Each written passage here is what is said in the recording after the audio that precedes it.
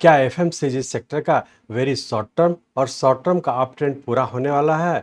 क्या FMCG sector में stop loss पर अटेंशन रखकर आगे बढ़ सकते हैं? क्या होगी एफएमसीजी सेक्टर में रोबस्ट न्यू वेव स्ट्रेटजी?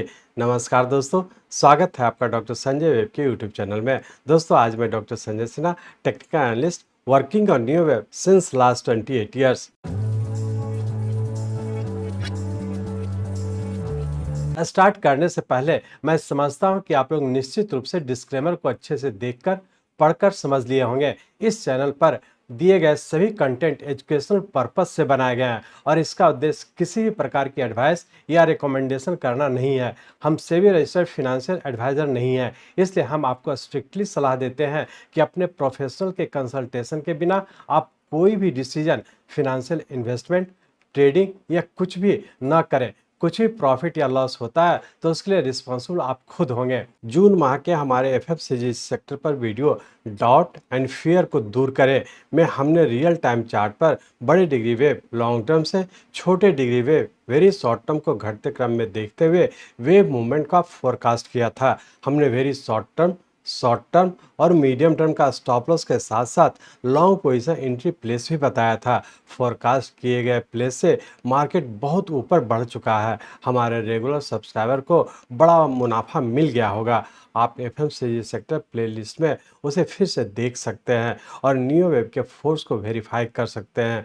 इस वीडियो में हम करंट सिचुएशन में एफएमसीजी सेक्टर की जर्नी को एक्सप्लेन करेंगे। हम इलियट वेब थ्योरी और न्यू एनालिसिस के एक्सेप्शनल टेक्निक एंड टूल्स का यूज करेंगे। एफएमसीजी सेक्टर में प्रॉफिट बुकिंग पोजीशन को समझे, जाने एफएमसीजी सेक्टर में न्यू लॉन्ग पोजीशन मेकिंग से बचने के रीजंस, सीखे एफएमसीजी सेक्टर में अभी लाइट पोर्टफोलियो रखने के फायदे।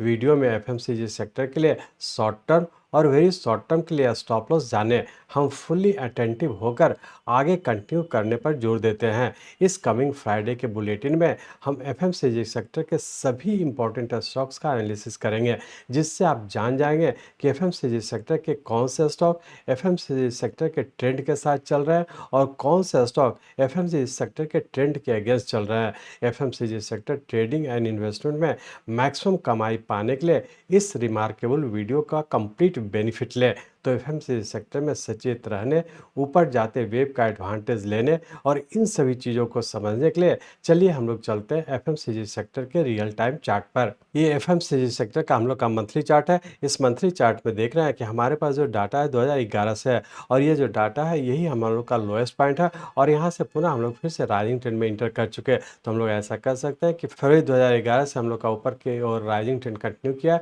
जिसके तहत हम लोग का सितंबर 2018 में एक फर्स्ट वेव का फॉर्मेशन हुआ, जिसमें कि रफली हम लोग का 8 साल का टाइम लगा और इसके बाद यहाँ से हम लोग करेक्टिव फॉल में इंटर कर चुके हैं। तो सितंबर 2018 से करेक्टिव फॉल के तहत नीचे का ए, बी और सी वेव इस पॉइंट पे कंप्लीट किया, जो कि उससे बड़े टाइम फ्रेम का हमारा सेकंड वेव था, जो कि मार्च 2020 में कंप्लीट करके और पुनः थर्ड वेव के फॉर्म में ऊपर कंटिन्यू कर चुके हैं। यहाँ पे हम लोग देख पा रहे हैं कि लोएस्ट पॉइंट हमारा फरवरी 2011 में बना, जो कि जीरो पॉइंट है और यहाँ से जब हम लोग ट्रेंड लाइन ड्रॉ कर रहे हैं तो मार्च 2020 में जो हम लोग का करेक्शन पूरा किया था ये हमारा सेकंड पॉइंट हो गया और उसका पुनः यहाँ से हम लोग थर्ड वेव के फॉर्म में ऊपर कंटिन्यू कर चुके हैं। तो हम लोग अब ऐसा कर सकते हैं कि मार्च 2020 से पुनः हम लोग का एक साइकिल डिग्री के राइजिंग ट्रेंड में इंटर कर चुके हैं, जो कि उससे बड़े टाइम फ्रेम का हमारा थर्ड वेव के फॉर्म में इस पॉइंट पे पूरा होने की संभावना है। तो अब हम लोग ये एनालाइज करने का कोशिश करेंगे कि मार्च 2020 का जो राइजिंग ट्रेंड कंटिन्यू किया इसका सबऑर्डिनेट वेव किस पैटर्न में है और आने वाले समय क्या होने की संभावना है।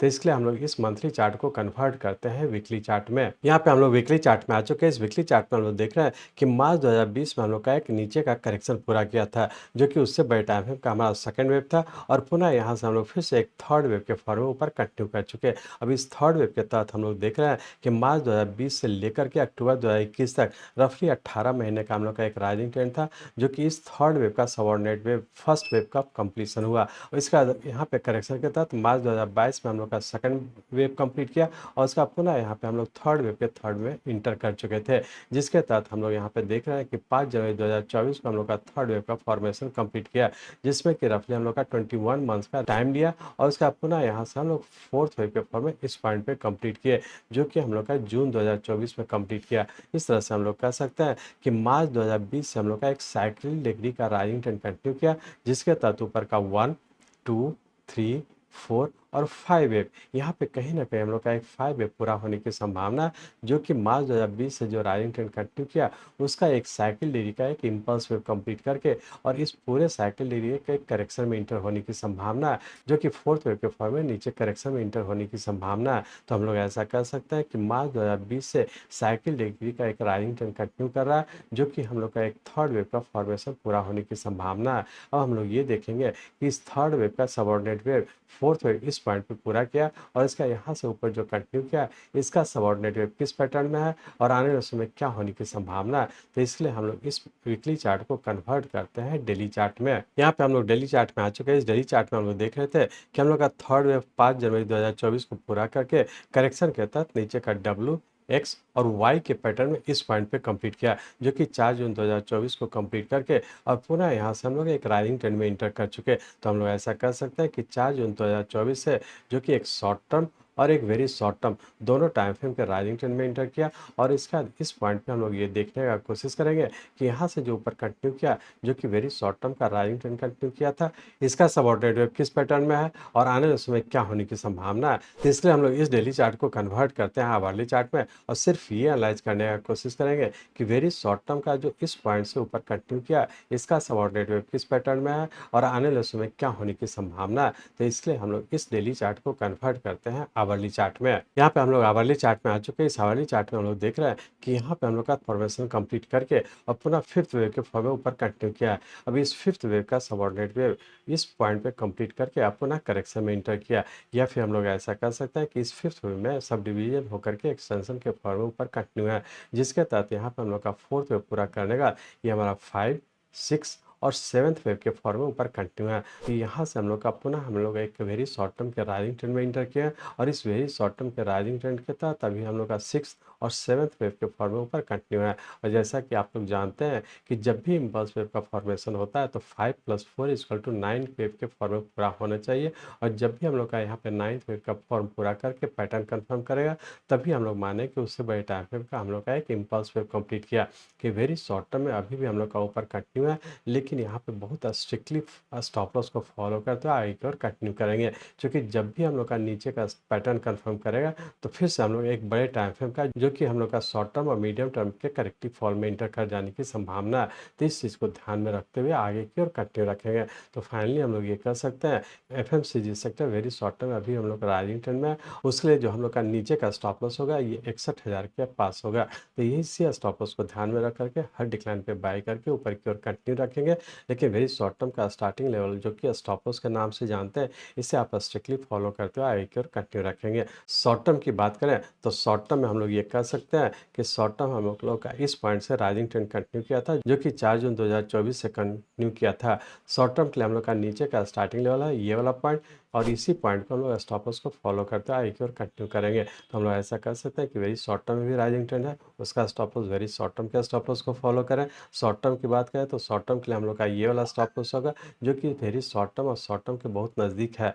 जबकि हम लोग का मीडियम टर्म की बात करें, मीडियम टर्म के लिए जो हम लोग का स्टार्टिंग लेवल होगा ये वाला पॉइंट होगा। तो इसी तीनों पॉइंट को ध्यान में रख करके आगे की ओर कंटिन्यू करेंगे। जिस भी टाइम फ्रेम का हम लोग का नीचे का पैटर्न कंफर्म करेगा उससे बड़े टाइम फ्रेम के हम लोग करेक्टिव फॉल में इंटर कर जाने की संभावना है। तो स्टॉप लॉस को फॉलो करते हुए आगे की ओर कंटिन्यू रखने का कोशिश करेंगे। फाइनली हम लोग ये कर सकते हैं कि अभी हम लोग का सभी टाइम फ्रेम के राइजिंग ट्रेंड में है, लेकिन सभी टाइम फ्रेम का हम लोग का ऊपर कहीं ना कहीं पूरा होने की संभावना है। तो यहाँ पे बहुत कॉशसली होकर के आगे की ओर कंटिन्यू रखेंगे और स्टॉप लॉस को स्ट्रिक्टली फॉलो करते हुए आगे की ओर बढ़ते रहेंगे। मैं चाहता हूं, मेरे जीवन का लक्ष्य है कि नियो एनालिसिस के नॉलेज से इस मार्केट में कोई भी लूजर ना हो। इसको आप सीखें, लोगों को सिखाएं, लोगों को मदद करिए। हमारे साथ जुड़े रहने के लिए, आज के वीडियो को ध्यानपूर्वक अटेंड करने के लिए, इसे दूसरों तक पहुंचाने के लिए आप सबका हृदय से बहुत बहुत धन्यवाद। जय हिंद।